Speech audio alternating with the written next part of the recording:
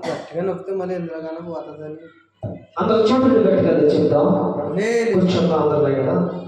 ప్రియ సహోదరి సహోదరులారా, వాక్యం చెప్పినట్లుగా ప్రవక్త బ్రహ్మం గారు బోధించిన ఆత్మని వివేచించుట. హల్లెలూయా. ఈ లోకంలో అనేక ఆత్మలు ఉన్నాయి. మనం ఎవరితో పడితే వారితో మాట్లాడేటప్పుడు వివేచన ఆత్మ మనకు కావాలి. హల్లెలూయా. ఇతరులు వచ్చి మనకు పొగుడతారు, ఇతరులు వచ్చి మనల్ని తిడతారు, ఇతరులు వచ్చి మన మీద కోపపడతారు. ఆ కోపం వల్ల ఉపయోగం ఏంటి, నష్టాలేంటి? ఆ పొగిడే దాని వల్ల నష్టం ఏంటి, లాభం ఏంటి? మనం వివేచించాలి. హల్లెలూయా. అందుకనే దేవుడి దగ్గరికి అనేక మంది మనుషులు వచ్చారు. అందరిని కూడా దేవుడు ఏం చేశాడు, అందరిని కూడా వివేచించాడు. ఎవరు ఎలాంటి వారు, ఏ గురువు ఎలాంటిది, పచ్చళ్ళు ఎలాంటి వారు, శుద్ధికాయలు ఎలాంటి వారు, వీళ్ళందరూ కూడా దేవుడు వివేచించి పేదవారైన వారిని, రోగుల్ని స్వస్థపరిచి వారిని మంచివారిగా చేసి, హల్లెలూయా, వారిని మంచివారిని చేసి ఆయన వైపు తిప్పుకుని, కష్టాల్లో ఉన్న వారిని ఆయన వైపు తిప్పుకుని, జాగ్రత్తని ఆయన వైపు తిప్పుకుని ఏం చేశాడు, వారికి అధికారం ఇచ్చాడు. గట్టిగా నేను చెప్తాం. మనము కూడా ఆత్మలను వివేచించాలి. ఆత్మలను మనము వివేచించాలి. ఆత్మ వివేచన కావాలంటే ముందు దేవుడి దగ్గర మనం ప్రయాణం చేయాలి. హల్లెలూయా. ఇక్కడ ఈ వాక్యంలో ప్రవక్త బ్రహ్మం గారు ఒక విషయం చెప్పండి. నిజమైన సేవకుడు ఎంత సంఘం ఉన్నదానో చూడండి, ఎంత మంది ఉన్నారో అనవసరం. ఒకవేళ ఎవరు పట్టించుకుంటున్నారా లేదా అన్నది అనవసరం. అలాంటిది పట్టించుకోడు. ఆయన గురి రాకట్టు చూస్తూ ఉన్నది. ఆయన గురి ఎప్పుడు దేవుడి దగ్గరికి వెళ్దామా అన్న ఆలోచన కలిగి ఉన్నది. హల్లెలూయా. అందుకని ఇక్కడ చిన్న వాక్యం చదువుతున్నాం చూడండి. యోహాను సువార్త 13వ అధ్యాయం 30 ఇక్కడ వర్తమానంలో ఆయన బోధించింది చదువుతున్నాడు. నేను ఒక సేవకుడు తీసుకున్నాం. ఒక సేవకుడి కోసం మనం మాట్లాడుకున్నాం. అందులో నిజమైన సేవకుడి కోసం ఇప్పుడు మనం మాట్లాడబోతున్నాం. అతను పరిశుద్ధాత్మ బాప్తిస్మం కలిగి ఉన్న ఎడల, హల్లెలూయా, ఆ సేవకుడు పరిశుద్ధాత్మ బాప్తిస్మం కలిగి ఉన్న ఎడల, అతను వాక్యమును ఉన్నట్లు బోధించిన ఎడల అతని ఖ్యాతి తగ్గింపబడినని అతడు ఎరుగుడు. హల్లెలూయా. ఏ సేవకుడైతే వాక్యాన్ని పరిశుద్ధాత్మ నిండుకుని ఉన్నాడో, ఏ సేవకుడైతే పరిశుద్ధాత్మ బాప్తిస్మం కలిగి ఉన్నాడో, దేవుడు చెప్పిన వాక్యానుసారంగా జీవిస్తూ ఉన్నాడు, ఆ సేవకుడు తెలిసిపోతుంది. నా దగ్గరికి ఎవరు రారండి. హల్లెలూయా. మొదటిగా ఎవరు కనపడుతుంది? ఆ సేవకుడికి నేను బోధించే బోధకు చాలా మంది పారిపోతారు. నేను బోధించే వాక్యానికి ఎవరు నిలవలేదు. నేను బోధించే వాక్యానికి ఎవరు కూడా నా పక్కన నుంచోలేదు. హల్లెలూయా. ఎలాంటి వాళ్ళ దగ్గర నుంచుంటారు? ఇప్పుడు పొగడా. ఈ రోజు సంఘం పెద్దదవ్వాలంటే పొగిడింపులు ఉంటారు. అమ్మ నువ్వు లేకపోతే చర్చ లేదు, నువ్వు లేకపోతే పాటలు లేవు, నువ్వు లేకపోతే ఇక్కడ బైబిల్ చదివేవారు లేదు, నువ్వు లేకపోతే కానుకలు లేవు, నువ్వు లేకపోతే బీవు లేదు, నువ్వు లేకపోతే చర్చిలో ఏది కూడా ఏ వస్తువు లేదు, ఆ ఫ్యాన్ లేదు, ఈ మైక్ లేదని పొగుడుతూ ఉంటే అలాంటి దాంట్లో చాలా మంది జనం వస్తూ ఉంటారు. హల్లెలూయా. ఈ పొగిడింపుల వల్ల మనం పరలోకానికి వెళ్ళాం. నువ్వు ఏదో వస్తువు కూడా అంత పరలోకానికి వెళ్ళాం. హల్లెలూయా. నువ్వు ఏదో చర్చిలో పాటలు బాగా పాడేసినంత మాత్రాన నేను కానీ మీరు కానీ ఎవరు పరలోకానికి వెళ్ళారు. మనం పరలోకానికి వెళ్ళాలంటే దేవుడు వాక్యాన్ని వెంబడించాలి, పరిశుద్ధాత్మ బాప్తిస్మం కలిగి ఉండాలి. హల్లెలూయా. అది వాక్యం చాలా లోతుగా మాట్లాడుతూ ఉన్నది. అతను వాక్యమును ఉన్నట్లుగా బోధించిన అతని ఖ్యాతి అనే పేరు తగ్గింపబడుతుందని అతను ఎదురు. హల్లెలూయా. గుర్తింపు లేని ఏదో ఒక చోట ఒక చిన్న సంగమనందుకు అతను గెట్టవేయబడిను లేదా వీధి నుండి అంతగా అతను బయటికి వెళ్ళబడవచ్చును. అయితే ప్రభువు రాకడను చూచుటకు తన హృదయమందు మండించుట కూడా అతను ఎరుగును. హల్లెలూయా. గమనించండి, ఇలా వాక్యం బోధిస్తే బయట కొన్ని సంఘాలు పిలిచినప్పుడు నిజమైన వాక్యం బోధిస్తే ఆ భాష చర్చలో గెట్టేస్తారంట. గట్టిగా చెప్పులు కొడతాం. ఏం చేస్తారయ్యా? ఆ మాస్టర్ గారు ఏం చేస్తారు? ప్రభు రాత్రి భోజనం పగలకాదు రాత్రి తీసుకోవాలా. క్రిస్మస్ లో డ్యాన్స్ వేయకూడదు, లిప్టిక్ రాసుకోకూడదు, ఆడవాళ్ళు మంచి వస్త్రాలు వేసుకోవాలా, ఓ ఇటసరంగా నడవకూడదు. మన క్రైస్తవ్యంలో పద్ధతి ఉన్నది, మంచి వస్త్రాలను కలిగి ఉండాలా. మన క్రైస్తవ్యంలో ఓ క్రిస్మస్ లో డ్యాన్స్ వేయకూడదు అని చెప్తూ ఉంటే అలాంటి సేవకులు రెండోసారి పిల్లలు అతన్ని భోజనం కూడా పెట్టరు. హల్లెలూయా. ఇక్కడ అదే కనిపిస్తూ ఉన్నది. లేదా వీధులు ఓకే అతను పెద్ద సంఘము లేదా చిన్న సంఘమును కలిగి ఉన్నాడన్న చింత అతనికి ఉండదు. హల్లెలూయా. నిజమైన సేవకుడికి నాకు పెద్ద సంఘం ఉంది లేదా చిన్న సంఘం ఉన్నదన్న ఆలోచన కలిగి ఉన్నాడు. ఒకరితో వాక్యం బోధిస్తాడు, 10,000 ఉన్నా సరే వాక్యం బోధిస్తాడు. నిజమైన సేవకుడు, నిజమైన సేవకుడు ఒకరితో వాక్యం బోధిస్తాడు, ఇతరుల వాక్యం బోధిస్తాడు. అదే డ్యూప్లికేట్ సేవకుడు అయితే సంక్షేమం అయితే వెళ్ళిపోతాడు. అందుకనే నిజమైన సేవకుడు ప్రభు రాకడను చూచినట్టు తన హృదయం మండుచున్నా కూడా అతడు ఎరుగును. హల్లెలూయా. ప్రియమైన సోదరులు సోదరులారా, మనం నిజమైన సేవకులుగా మనం జీవించాలి. నిజమైన వాక్యానుసారంగా మనం నడుచుకోవాలి. వర్తమానం ఏదైతే బోధిస్తూ ఉన్నదో అంటే మనం పరిశీలన చేయాలి. రాత్రులు పగలు వర్తమానం చదవాలి. ఓకే, ఆ నాటికి అతనికి భోజనం ఉన్నదా లేదా అనే చింత అతనికి లేదు. హల్లెలూయా. ఆ సేవకుడికి ఏం లేదు, భోజనం ఉన్నదా లేదా అతను ఆలోచించడం, మంచినీళ్ళు ఉన్నాయా లేదా అతను ఆలోచించడం. అతను పురాత్మ కూడా దేవుడి వైపు ఉంది. ఎవడన్నా మనకి బిర్యానీ పెడతారని చూడటం, వాక్యాన్ని ఖండిస్తున్నా చెప్పిస్తూ వచ్చేస్తూ ఉంటాడు. హల్లెలూయా. అతనికి మంచి దుస్తులు ఉన్నాయా లేదా అనే చింత లేదు. హల్లెలూయా. అయ్యో ఈ జనవరి ఫస్ట్ నాకు మంచి బట్టలు ఉన్నాయి లేవు అన్న సంతోషించడం. హల్లెలూయా. ఈ వస్త్రాలు మనకి పర్లోకానికి తీసుకుని వెళ్ళాం. ఉన్న వస్త్రాన్ని చాలా జాగ్రత్తగా చూసుకోవాలి. హల్లెలూయా. నువ్వు ఎలాంటి వస్త్రం వేసుకున్నావు అన్నదే దేవుడు నిన్ను అడగడు. ఎంత పెద్ద సంఘం ఉన్నదని దేవుడిని అడగడు. హల్లెలూయా. దేవుడు అడిగేది ఏంటంటే నీ హృదయం తెల్లని వస్త్రంలో ఉన్నదా లేదా. గట్టిగా చెప్పకూడదు అందరూ. నీ హృదయం ఎలా ఉన్నది? తెల్లని వస్త్రం వేసుకున్నా లేదా చూస్తాడు. ఇప్పుడైతే మనం షూట్ వేసుకుంటున్నాం, బూట్లు వేసుకుంటాం, ప్యాంట్లు వేసుకుంటాం. కానీ ఒకప్పుడు యోహాను ఏం వేసుకున్నాడు? తోలు తట్టి వేసుకుని వచ్చాడు. హల్లెలూయా. ఆది కాండములో ఆదాము అవ్వను దేవుడు ఆ అడవిలో ఆటలు కట్టాడు దేవుడు. హల్లెలూయా. దేవుడు నువ్వు ఎలాంటి వస్త్రం వేసుకున్నావా చూడటం. ఒక పవిత్రంగా ఉన్నావా, మంచి వస్త్రం వేసుకుని జీవిస్తున్నావా, ఇతనికి ఇబ్బంది లేకుండా జీవిస్తున్నా లేదో చూస్తాడా. హల్లెలూయా. ఓకే, తన ఎదుట ప్రాణము దేవుడికే అగోచరదో ఆ ఒక్క విషయం నిమిత్తము జాగ్రత్త కలవాడే వృద్ధుడు. ఈ ప్రాణం దేనికోసం ఆశిస్తున్నదో దానికోసం ప్రయత్నించినట్టు గట్టి చెప్పలు పడతారు. నిజమైన సేవకుడు దేనికోసం ఒక్కొక్కరికి ఒక గురి ఉంటుంది. నిజమైన సేవకుడికి పరలోకానికి సంఘాన్ని తీసుకుని వెళ్ళాలని ఉంటుంది. కొంతమంది ఇల్లు కట్టుకోవాలని గురి.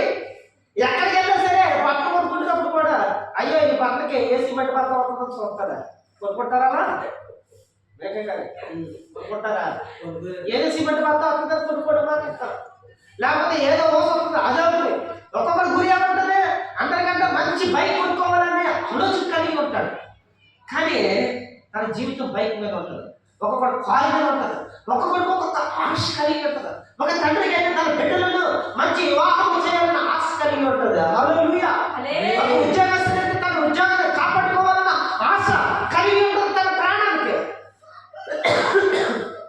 అదేవిధంగా ఇక నిజమైన సేవకుడి యొక్క ప్రాణము పరలోకానికి ఏ విధంగా వెళ్ళాలి, ఏ విధంగా మన వస్త్రము ఆత్మ సంబంధమైన వస్త్రమును ధరించుకోవాలి అన్న ప్రేరణతో ఉంటాడు. హల్లెలూయా. ప్రియమైన సోదరులు సోదరులారా, మన నీతి వస్త్రం వేసుకోవాలి. Praise the Lord. అందుకని చూడండి ఇక్కడ ఇంకా లోతుగా చదువుతున్నాడు. దేవుని మహిమ కొరకు ఏదైనా సాధించుటకు అతడు ప్రయత్నము చేయించుండేను. గట్టి చెప్పలు కొడతారు. అతని ప్రయత్నం అంతా దేనికోసము? అతని ప్రయత్నం అంతా దేనికోసము? దేవుడు మహిమ కలగాల. అతను చేసే ప్రతి పనిలో దేవుడు మహిమ పరుస్తాడు. ఎంత అద్భుతము! ఈ రోజు మనం చేస్తున్న పనిలో, నువ్వు నేను చేస్తున్న పని దేవుడు మహిమ పరుచబడుతున్నాడా లేదా? నీ పనిలో దేవుడు మహిమ పరుచబడుతూ ఉన్నాడా? నువ్వు చేస్తున్న పనిలో దేవుడు ఆశీర్వదిస్తున్నాడా లేదా? ఆనందిస్తున్నాడా లేదా? ఈరోజు దేవుడు మందిరంలో పాటలు పాడాలి. పరలోకం నుంచి దేవుడు చూసి అబ్బో చాలా అద్భుతంగా పాడుతున్నారు నా బిడ్డలు అని దేవుడు సంతోషిస్తాడు. కానీ బయట తిరిగి బూతులు మందులు ఇటాసరంగా తిరుగుతూ ఉంటే దేవుడు ఏమనుకుంటాడా? ఇలాంటి వాడు ఎందుకు అన్నారా అనుకుంటాడు. నేను అన్నవరం ప్రాంతంలో ఒక విషయం జరిగింది. తర్వాత వాళ్ళందరూ కూడా కోడి పందానికి వెళ్ళి ఇటాసరంగా తాగేసి తిరుగుతూ ఉన్నారు. కానీ ఆకాశం నుండి చూసిన దేవుడు ఏమనుకుంటాడు? వాళ్ళనే మనుషులు సృష్టించింది దేనికోసం? ఆయన ఆరాధించడానికి, మహిమపరచడానికి. హల్లెలూయా! ఆరాధించమని ఆత్మతో చచ్చిపోతూ దేవుడు ఆరాధించాలా? ఆత్మతో దేవుడు ఆరాధన చేస్తున్నావంటే నీ క్రియలు మారుతాయి. ఆత్మతో దేవుడు ఆరాధన చేస్తున్నావంటే నీ వస్త్రధారణ మారుతుంది. ఆత్మతో దేవుడు ఆరాధన చేస్తున్నావంటే నీ పాటల పాడే విధానం మారుతుంది. హల్లెలూయా! ఆత్మ ఆరాధన లేకపోతే ఇప్పుడు మాట ఆకృష్ణ పాటలు పాస్టర్ గారు అన్నంతసేపు దేవుడు పాటలు పాడతారు, నడిపిస్తారు, నా దేవుడు అంటారు. పాస్టర్ గారు పోయిన తర్వాత ఏ పాట పాడతారా? రెండు బుక్కే రెండు అంటారు. ఏమంటారు? ఇప్పుడు ఈసారి నేను సినిమా ఆర్కెస్ట్రా కూడా పెడతలేదు. నాకు ప్రోగ్రామ్ ఇచ్చినప్పుడు దేవుడి పాట ఎవరైతే పాడతారో వాళ్ళని పెడుతున్నాడు. హల్లెలూయా! ఎందుకనగా అందులో పరిశుద్ధత లేదు. ఏం లేదు? ఆశీర్వాదం లేదు, నిజమైన వాక్యం లేదు. వారు అనుకుంటారు ఏదో చేస్తున్నాము అనుకుంటారు, కానీ దేవుడికి అది ఇష్టం ఉండదు. అది దేవుడి నామమునకు మహిమ కలదు. దేవుడు మాత్రం తోడు ఉండాలి. నువ్వు ఎంత కష్టపడినా ఎంత చేసినా ఎవరు తోడు ఉండాలి మనకే? అది చూద్దాం. ఇక్కడ నేను చెప్పినది మీరు గ్రహిస్తున్నారా? ఆ మనుషుడు తనలో ఉన్న ఆత్మ యొక్క జీవము కలిగినంతగా అతను ప్రవర్తించును. హల్లెలూయా! నేను చెప్పినది మీరు గ్రహిస్తున్నారా? దాన్ని అతను ఇప్పుడు నెరవేర్చు. మోసేని చూడండి. ఇప్పుడు ఎవరైనా చేద్దాం మనం? నిర్గమాకాండంలో మోసేని ప్రయాణం చేద్దాం మనం అందరం కూడా. అందరూ ఒకసారి పైకి వేసి కూర్చున్నాం. ఇప్పుడు ఎవరికి వెళ్తాం మనం? మోసే దగ్గరికి వెళ్దాం. కూర్చోండి. ఓకే, కూర్చోండి కూడా. అతని జీవితం అంతయు క్రీస్తు యొక్క ఆత్మను కనపరుచుచున్నది. హల్లెలూయా! మోసే యొక్క జీవితము క్రీస్తు యొక్క ఆత్మను అక్కడ ఆ పోలి కనిపిస్తూ ఉన్నది.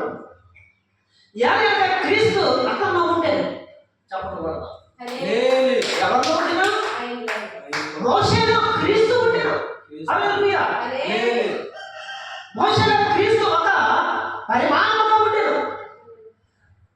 ఒక పరిమాణంగా మోసేలో దేవుడు ఆత్మ క్రీస్తు కన్యక గర్భవతిగా రాకముందు ఆది కాండం తర్వాత నిర్గమ కాండంలో మోసే పుట్టిన వెంటనే అక్కడ మన దగ్గర ఎక్కడైతే ఇద్దరు ముగ్గురు కూడిన జ్ఞాపకం చేసుకుంటారో ఆ యేసు ప్రభు మోసేలో సంచరిస్తూ ఉన్నాడు. హల్లెలూయా! అతడు శ్రమపరచబడుతున్న ఆలమందు పుట్టినని జ్ఞాపకం చేసుకున్నాము. మోసే ఎలాంటి కాలంలో పుట్టాడు? ఐగుప్తులు బాగా ఎబ్రీలు హింసిస్తూ ఉన్నారు. ఐగుప్తులు ఏమో బాగా వాడుకుంటూ ఉన్నారు. స్త్రీలను వండించేవారు, పురుషులమ్మ చంపేసేవారు. వారికి ఆహారం లేక, తిండి లేక, సరైన వస్త్రం లేక, సరైన నిద్ర లేక మోసేని వారి యొక్క సైన్యాన్ని అనగా హెబ్రీలు అందరినీ కూడా వారి చాలా హింసలో చేస్తూ ఉండేవారు.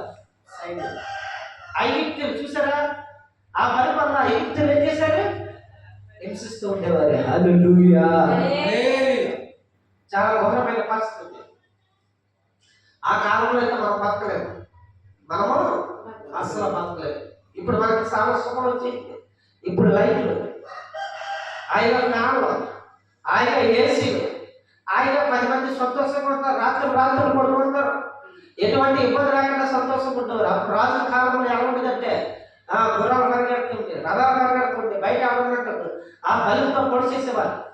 ఎప్పుడు ఎవరైనా గట్టిగా మాట్లాడుతూ బలుతో పొడిచి చంపేసేవారు, అక్కడికక్కడికి అగ్నిలో కాల్చేసేవారు ఏడుతూ ఉండగానే. అలాంటి ఘోరమైన పరిస్థితుల్లో మోషే యొక్క తల్లిదండ్రులు జీవించారు. వారి తల్లిదండ్రులు దేవుడికి ప్రార్థన చేశారు. ఆ కాలంలో పెద్దలు దేవుడికి ప్రార్థన చేశారు. హల్లెలూయా. అయితే ఆ కాలం, అలాంటి కాలంలో మళ్ళా చెప్పడం చూడండి, మోషే కాలంలో ఏవో ఐగుప్తులు దేవుడి చేత ఆశీర్వదించబడ్డారు. 6 అడుగుల హైట్ ఉంటే, పెద్దగా హైట్ ఉంటే, మంచి పుష్టిగా ఉంటే, మగవాళ్ళు చాలా, ఆడవాళ్ళు మంచి పుష్టిగా ఉంటే, జనాలు చాలా కద్దొక్కుతుంటారుగా అలాగా పడుతూ ఉండేవారు. అది ఎవరి ఆశీర్వాదం? అది గట్టి చెప్పులు కూడా దేవుడి ఆశీర్వాదం ఎవరు కూడా తగ్గించలేదు. ఐగుప్తులు ఏం చేస్తూ ఉన్నారంటే వీళ్ళు బాగా పుష్టిగా ఉండి పుడుతూ ఉన్నారు, పురుషులు ఎక్కువ మంది పుడుతూ ఉన్నారు. వీళ్ళ సైన్యం ఎక్కువైపోతుంది. హల్లెలూయా. గమనించండి, ఇప్పుడు కూడా క్రైస్తవులు ఎక్కువైపోతున్నారు అని క్రైస్తవులు చెప్పడానికి ఏ విధంగా మనుషులు ప్రారంభించబడ్డారు. మోషే కాలంలో కూడా హెబ్రీలు ఎక్కువైపోతూ ఉన్నారు. బానిసలు ఎక్కువ మంది అయిపోయారంటే మన ఐగుప్తుల్ని కూడా చంపేస్తారని భయపడుతూ ఉన్నారు. కూడా నిజమైన క్రైస్తవుల చూపులు సామాన్యుడికి భయపడుతూ ఉంటారు. ప్రియ సహోదరి సహోదరులారా, నిజంగా భయం వారికి ఏంటి? నిజమైన క్రైస్తవుల చూపులు సామాన్యుడికి భయం, అవిశ్వాసులకు భయము, పాపం చేసేవారికి భయము, అబద్ధాలు ఆడేవారికి భయము, బూతులు మాట్లాడేవారికి భయము, సుఖం కాల్చుకునే వారికి భయము, పాపం చేసేవారికి భయము. నిజమైన సేవకుడు చూస్తే హల్లెలూయా. ఎవరికి? నిజమైన సేవకుడు చూడాలి. నిజమైన సేవకుడు చూస్తే అబద్ధం ఆడేవాడు నిలబడలేడు. ఎందుకని? దేవుడు ఆత్మ అక్కడ సంచరిస్తూ ఉన్నాడు కాబట్టి. హల్లెలూయా. అదేవిధంగా ఐగుప్తీయులందరూ కూడా దడపడుతూ ఉన్నారు. అలాంటి సమయంలో మోసే తండ్రి మేడ మీదకి ఎక్కి రాత్రంతా కూడా మోకాలేసి ప్రార్థన చేస్తూ ఉండేవాడు. పొద్దున్న ఇంటికి తయారు చేయడానికి వెళ్ళేవాడు. మళ్ళా అలసిపోయి మళ్ళా ఇంటికి వచ్చి రాత్రి అంతా కూడా ప్రార్థన చేస్తూ ఉండేవాడు చీకట్లో. అలాగే మళ్ళా పొద్దున్న బానిసత్వం వహిస్తూ ఉండేవాడు, బానిస బ్రతుకు జీవిస్తూ ఉండేవాడు. ఇక మోషే తండ్రి ఏం చేస్తూ ఉండేవాడు? అలాగ ప్రార్థన చేస్తూ ఉంటే కన్నీటితో, ప్రభువా ఇంకా ఎన్నాళ్ళు మా కష్టాలు, ఎన్నాళ్ళు మా శ్రమలు, ఎన్నాళ్ళు మా యొక్క బానిసత్వము, వీళ్ళు మాకు తెలియదు కానీ వీళ్ళు మమ్మల్ని పరిపాలన చేస్తూ ఉన్నారు. హల్లెలూయా. వీళ్ళు మమ్మల్ని కడతా ఉన్నారు, వీళ్ళు బయలుకు పడుతూ ఉన్నారు, వీళ్ళు మమ్మల్ని అంటగానే నన్ను, నా భార్య, నా బిడ్డలను మా యొక్క ఇశ్రాయేలు ప్రజలు అనగా ఎవరిలందరూ కూడా హింసిస్తూ ఉన్నారు. ఏంటి ప్రభువా నా పరిస్థితి?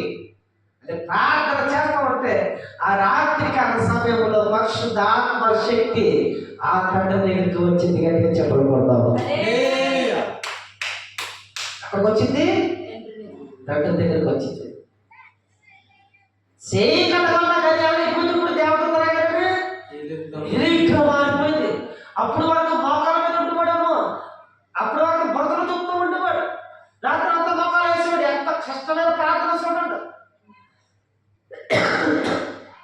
అలాంటి టైంలో బాబు నీకు కుమారుడు కనబోతున్నావు.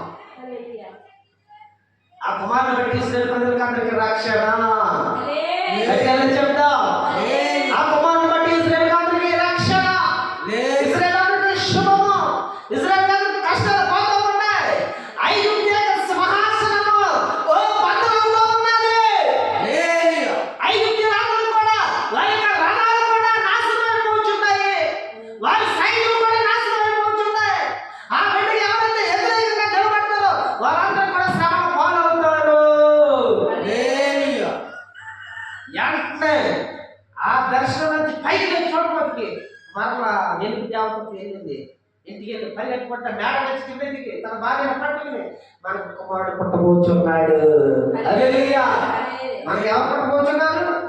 కుమారుడు పుట్టబోచున్నాడు. కదా మనం అనుకుంటాం ఒకసారి దేవుడు మన పక్షాన లేడా అనుకుంటాం. దేవుడు మన పక్షాన ఉన్నాడు. గట్టిగా చెప్పకూడదు. ఆయన సమయోచితమైన జ్ఞానంతో మనతో మాట్లాడబోచున్నాడు. సహోదరు దేవుడు మనతో మాట్లాడడానికి ఆయన రంగంలోకి వచ్చాడు. నీకు మేలు చేయడానికి, నాకు మేలు చేయడానికే ఆయన మనతో మాట్లాడడానికే మనం సృష్టించాడు. కానీ ఆయన మనము ఆయనకు దూరం అయిపోతున్నాం. ఎవరు దూరం అయిపోతున్నారు? మనము ఆయనకు దూరం అయిపోతున్నాం. మనం మాట్లాడి తీరు బట్టి ఆరాధన మన పనులు చేసుకుంటూ ఆయనకు దూరం అయిపోతున్నాం. ప్రియమైన సహోదరులారా చూద్దాం.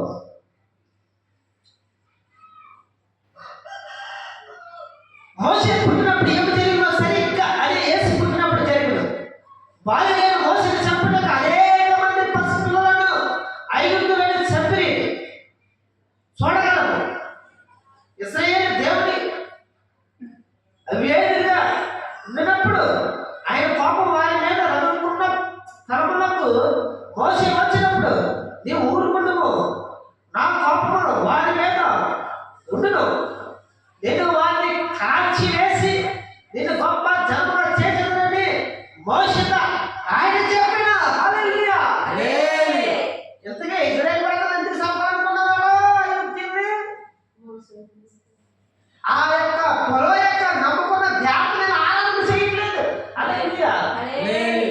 ఐదు తీరక దేవుడిని మీరు ఆరాధన చేయట్లేదు. సహోదరులారా, యేసు పుట్టినప్పుడే 28 2 సంవత్సరాల్లో కూడా బిడ్డలను మోషే పుట్టినప్పుడే మోషే పుట్టకముందే మొబైల్ అందరూ కూడా ఏం చేస్తున్నారు? ఇప్పుడు చెక్ చేస్తున్నారు. బాబా బాబా చూస్తున్నారు. వెంటనే ఆ నైలో పడి చేస్తున్నారు. మోసం చేస్తున్నాయి. లేకపోతే గోడకి వేసుకొని చేస్తున్నారు. చచ్చిపోతున్నారు. అలాగా ఆ పురుషులు అందరూ కూడా చంపేస్తారు. హల్లెలూయా. అలాగే ఎవరు చంపేశారు? పురుషులందరూ కూడా సామకొట్టు వచ్చేసారు. సహోదరులారా, వాక్యం మాట్లాడుతూ ఉన్నారు. వాక్యము ఎవరిని కూడా వదలతారు. వాక్యము ఎవరిని కూడా వదలదు. సహోదరులారా, అందుకనే ఇక్కడ వాక్యం రోజుగా నేను ధ్యానిస్తా ఉన్నాను. మోషే కాలంలో చాలా కష్టాలు. ఆ కష్టాల్లో ఎవరు పుట్టారు? ఇప్పుడు మోషే పుట్టిన తర్వాత మోషేని ఎక్కడ పడిచారు? ఇప్పుడు నదిలో పడి చేశారు. మోషేని ఎక్కడ పడిచారు? నదిలో పడి చేశారు. నదిలో ఎలా పడిచారు? గొప్ప విచిత్రం చూడండి. జమ్ము పెట్టి తయారు చేసి ఆ జమ్ము పెట్టిలో బావులు పెట్టి ఆ నదిలో వదిలేస్తే అదే నేరుగా నేరుగా నేరుగా నేరుగా రాణి యొక్క కళ్ళలో పడింది. హల్లెలూయా. కళ్ళలో పడింది. రాణి కళ్ళలో పడగానే అక్కడ ఉన్నవారు ఏం చేశారు? చేతులు చెప్తాం. బానిసగా పుట్టాల్సిన కష్టాలు అనుభవించిన వ్యక్తి చిన్నప్పటి నుంచి రాజుగా కోటలో బతుకుతాడు. గట్టిగా చెప్పకూడదాం.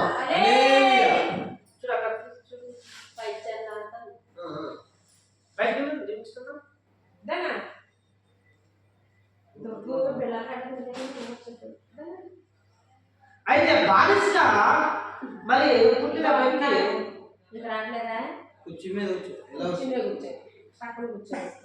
ఎక్కడ కూర్చోమని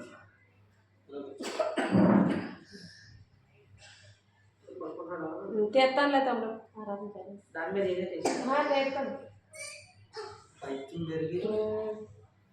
చాక్లెట్లు అయితే చేశాను.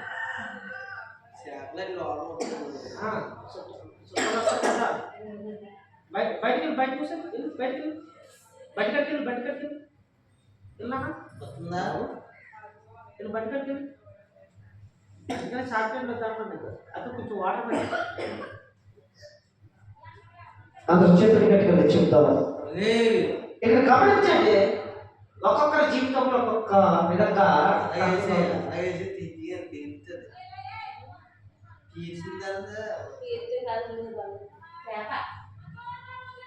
గమనించండి.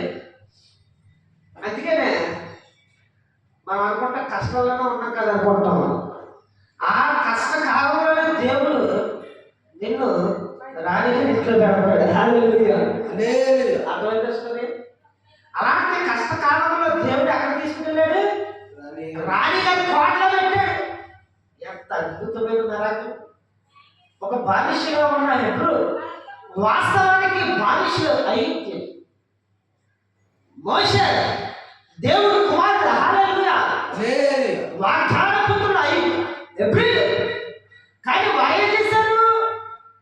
ఏమో బానిసలుగా చేశారు. హల్లెలూయా. ఇప్పుడు శ్వాస మోషే ఇక్కడ వేస్తున్నాడు. అందుకే ఇక్కడ వాక్యం లోతుగా చదువుతున్నాం చూడండి. దేవుడికి కోపం రగులుకుంటూ వస్తుంది. ఐగుప్తు హింసిస్తున్నారు. ఎవరైతే అన్యాయంగా హింసిస్తారో వారి మీద దేవుడు అంటుంది. హల్లెలూయా. ప్రజలకు తెలియని గొప్ప స్టోరీ ఏంటంటే, ఎవరైతే అన్యాయంగా ప్రజలను హింసిస్తారో, అన్యాయంగా పనులు చేయించుకుంటారో వారి మీద ఏముంటది? ఎవరి కోసం ఏం ఊరుకోవచ్చు, కానీ దేవుడు చదువుతాడు. దేవుడి న్యాయానికి మార్గమందు మోషే తను తాను పడద్రోసుకున్నవాడే ఇలా అనడు. వారిని సంహరించడానికి ముందు నన్ను సంహరించము. వేరొక మాటలో వారిని నశింపు చేయ తెలిస్తే మొదట తను నశింపు చేయమని దేవుని అడిగాడు. హల్లెలూయా. సరిగ్గా యేసుక్రీస్తు కూడా దానినే చేశాడు. భూమి మీద ఉన్న పాపములను అందరినీ అనగా నిన్న నన్ను దేవుడు తుడిచివేయకుండానట్లు క్రీస్తు తను తాను ఆ న్యాయ తీర్పు మార్గమందు పాడైపోయాడు. ఆయన తన స్వంత కుమార్తె మీదుగా దాటిపోయాడు. హల్లెలూయా. గమనించండి, దేవుడు హెబ్రీయుల్ని మనుషులను చంపాలనుకుంటే ఇప్పుడు ఎవరైనా పడ్డాడు? మోషే పడ్డాడు. హల్లెలూయా. దేవుడు కూడా కోపంతో ఒకసారి అందరిని లేపేదనే కొట్టాడు. కానీ సేవకులు విశ్వాసానికి దేవుడికి మధ్యలో సేవకులు ఏమంటాడు? కొంచెం తగ్గించుకొని కోపం అంటాడు. హల్లెలూయా. మన భాషలో ఎలా చెప్పచ్చా? కొంచెం తగ్గవయ్యా అంటాం కదా మనం. ఎలాగా అనుకుంటాం క్రైస్తవారు. అలాగే దేవుడు ఉగ్రత ప్రపంచంలో నాశనం చేయాలనుకుంటే క్రీస్తు రక్తము భూమిని ప్రోక్షించబడ్డది. ఆ రక్తాన్ని బట్టి దేవుడు ఏం చేయాలని కోరుతున్నాడు. మోషే కాలంలో కూడా మోషేను కూడా ఇజ్రాయెల్ అందరూ కూడా లేపాలనుకున్నాడు. దేవుడు పాపం చేసి Incoming voice call from Airtel. తిట్టాడు. ఆహారం తిని యేసుప్రభు తిట్టాడు. Incoming voice call from Airtel. అనేక విధాలుగా చేశాడు. కానీ దేవుడు అనుకున్నాడా? Incoming voice call from Airtel. చూద్దాం ఇక్కడ. Incoming voice call from Airtel. సోదరులారా, Incoming. ఇక్కడ లోతుగా ఆలోచిద్దాం. అలాగా దేవుడు ఏం చేస్తా ఉన్నాడంటే మనందరూ కూడా సంప్రదాయం చూశాడు. కానీ యేసుప్రభు రక్తం కనపడుతూ ఉన్నాడు. ఐగుప్తులో ఉన్న హెబ్రీయులు అందరూ సంప్రదాయం చూశాడు. కానీ మధ్యలో మోషే నిలబడ్డాడు. ప్రభువా కొంచెం పాపం తెచ్చుకోమని చెప్పాడు. హల్లెలూయా. మరి బైబిల్లో చాలా లోతుగా రాయబడి ఉన్నది అన్నమాట. మీరు ఇంటికి వెళ్ళిన తర్వాత గర్భ కాండము మరి 5 కాండము కూడా బాగా చదువు. ప్రజల పక్షమున దేవుని యొక్క తీర్పులో నిలబడి నీవు వారిని సంహరించక ముందు నన్ను సంహరించము. హల్లెలూయా. మోషే అన్నాడు, వీళ్ళు చేసే పని కానీ, వీళ్ళు తాగే యాసలు కానీ, వీళ్ళు తిట్టే మాటలు కానీ ఏమి నచ్చట్లేదు, వీళ్ళందరూ సంహరించాలని దేవుడు అంటే మధ్యలో మోషే నిలబడి ఆమె చంపే ముందు నన్ను చంపా అంటాడు. ఇప్పుడు హల్లెలూయా. ఆ తర్వాత నువ్వు చంపే అన్నాడు. మోషేని చంపాక అక్కడ ఆశీర్వాదం లేదు, మళ్ళా దేవుడికి ఘనత లేదు. మరి ప్రజలందరూ చచ్చిపోయి ఆరాధించేవారు ఎవరున్నారు? అందుకని మోషేని బట్టి కూలయ్యాడు మాట దేవుడు. హల్లెలూయా. మోషేలో దేవుడు ఆత్మ చూడండి. హల్లెలూయా. ఇక్కడ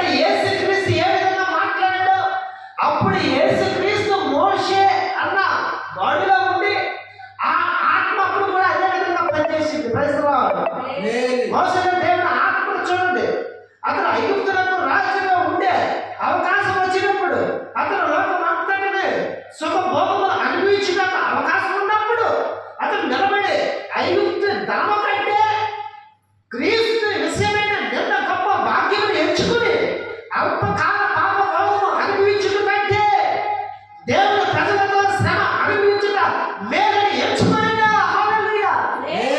ఈ ధనము కానీ ఈ ఐగుప్తు రాజ్యం కానీ నన్ను పరలోకానికి తీసుకుని వెళ్ళవు.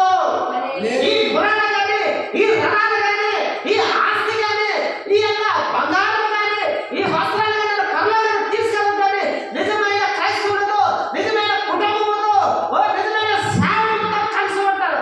నేను ఆందోళన జీవితంలో మోషే ఓ ఆ శ్వాసను విడిచిపెట్టాడు. ఎప్పుడైతే విడిచిపెట్టాడో అప్పుడు దేవుడు వాడి దగ్గరికి వచ్చాడు. హల్లెలూయా. దేవుడు మన దగ్గర రావాలంటే మనం కొన్ని విడిచిపెట్టాలి. లోకాన్ని విడిచిపెట్టాలి, లోక ఆశలను విడిచిపెట్టాలి, ధనాన్ని విడిచిపెట్టాలి, బంగారాన్ని విడిచిపెట్టాలి. ప్రియ సహోదరి సహోదరులారా, ఎప్పుడైతే మనం ఆశలను విడిచిపెడితే దేవుడు ఆయన మనల్ని ఎన్నుకుంటాడు. ప్రయత్నాడు దేవుడు మనల్ని ఎన్నుకోవాలంటే లోకాసులు విడిచిపెట్టాలి. ఏం విడిచిపెట్టాలా? లోకాసులు విడిచిపెట్టాలి. లోకాసులు విడిచిపెట్టకపోతే దేవుడు మనల్ని ఎన్నుకోడు. నీకు లోకం కావాలా, దేవుడు కావాలంటే రాడు. సీరియల్ కావాలా, వాక్యం కావాలంటే రాడు. ఈ లోకంలో బూతులు, సిగరెట్లు, సుట్టలు, సారాలు ఇవన్నీ తాగితే నేను చర్చికి వెళ్తానంటే దేవుడు ఒప్పుకోడు. గట్టిగా చెప్తాం. అన్ని కావాలంటే ఒప్పుకోడు. నువ్వు అడ్డాను ఉండు, ఇతను విడిచిపెట్టు, ధనాన్ని విడిచిపెట్టు. ధనాన్ని విడిచిపెట్టాడు. దేన్ని విడిచిపెట్టాడు? ధనాన్ని విడిచిపెట్టాడు, వాక్యాన్ని విడిచిపెట్టాడు, సమస్తాన్ని విడిచిపెట్టాడు. సోదరి సోదరులారా, మోషేని ఎన్నుకున్నాడు. ప్రయత్నం బలంగా ఎన్నుకున్నాడు దేవుడు. కేవలం దుడ్డు కడతా వచ్చాడు మోషే. సముద్రం 2 పాయలు చేశాడు. బండను చీల్చి ఓ తాగే నీరుగా దేవుడు ఇచ్చాడు. ప్రయత్నం 5 గంటల 2 చిన్న చేపలు 5,000 మందికి పంచి పెట్టాడు. 1,000 మంది తిన్నాడు. కోనేటికి రోగులను స్వస్థపరిచాడు. చనిపోయిన వ్యక్తులు లేపాడు. సందేహం లేదు. ఎంతగానో ఆనందించాడు. ప్రియమైన సోదరుడు సోదరులారా, మనము కూడా ఆనందంగా ఉంటాం. పరిశుద్ధాత్మతో నిండుకొని ఉంటాం. లోకాన్ని విడిచిపెట్టాలి, సమాజాన్ని విడిచిపెట్టాలి. దేవుడు మనతో మాట్లాడతాడు. దేవుడు నీ యొక్క నాయకుడు కూడా ఉంటాడు. హల్లెలూయా. దేవుడు గొప్పవాడు. దేవుడు మహిమపరిచే దేవుడు. ఆయన మనలను కాసి కాపాడుతున్న దేవుడు. హల్లెలూయా. ఒక తల్లి తన బిడ్డను ఏ విధంగా చూసుకుంటుందో దేవుడు పరిశుద్ధాత్మ కూడా మన కుటుంబాన్ని, మన దేశాన్ని, మన గ్రామాన్ని కూడా ఆయన పట్టుకుంటాడు. హల్లెలూయా. ప్రియమైన సహోదరి సహోదరులారా, మీరందరూ కూడా వాక్యానుసారంగా నడుస్తారండి. మనం చేసిన వాక్యాన్ని ముగిస్తున్నాడు. దేవుడు ఇచ్చిన వాక్యం దీవించి ఆశీర్వదించబడేది గాక. అందరూ చేతులు గట్టిగా చెప్దాం. హల్లెలూయా. ఈ సమయంలో చెప్పబడ్డ వాక్యం మొత్తము దగ్గర వచ్చి ప్రార్థన చేస్తారు. మనమందరం కూడా కళ్ళు మూసుకుందాం. దగ్గర వచ్చి ప్రార్థన చేస్తారు.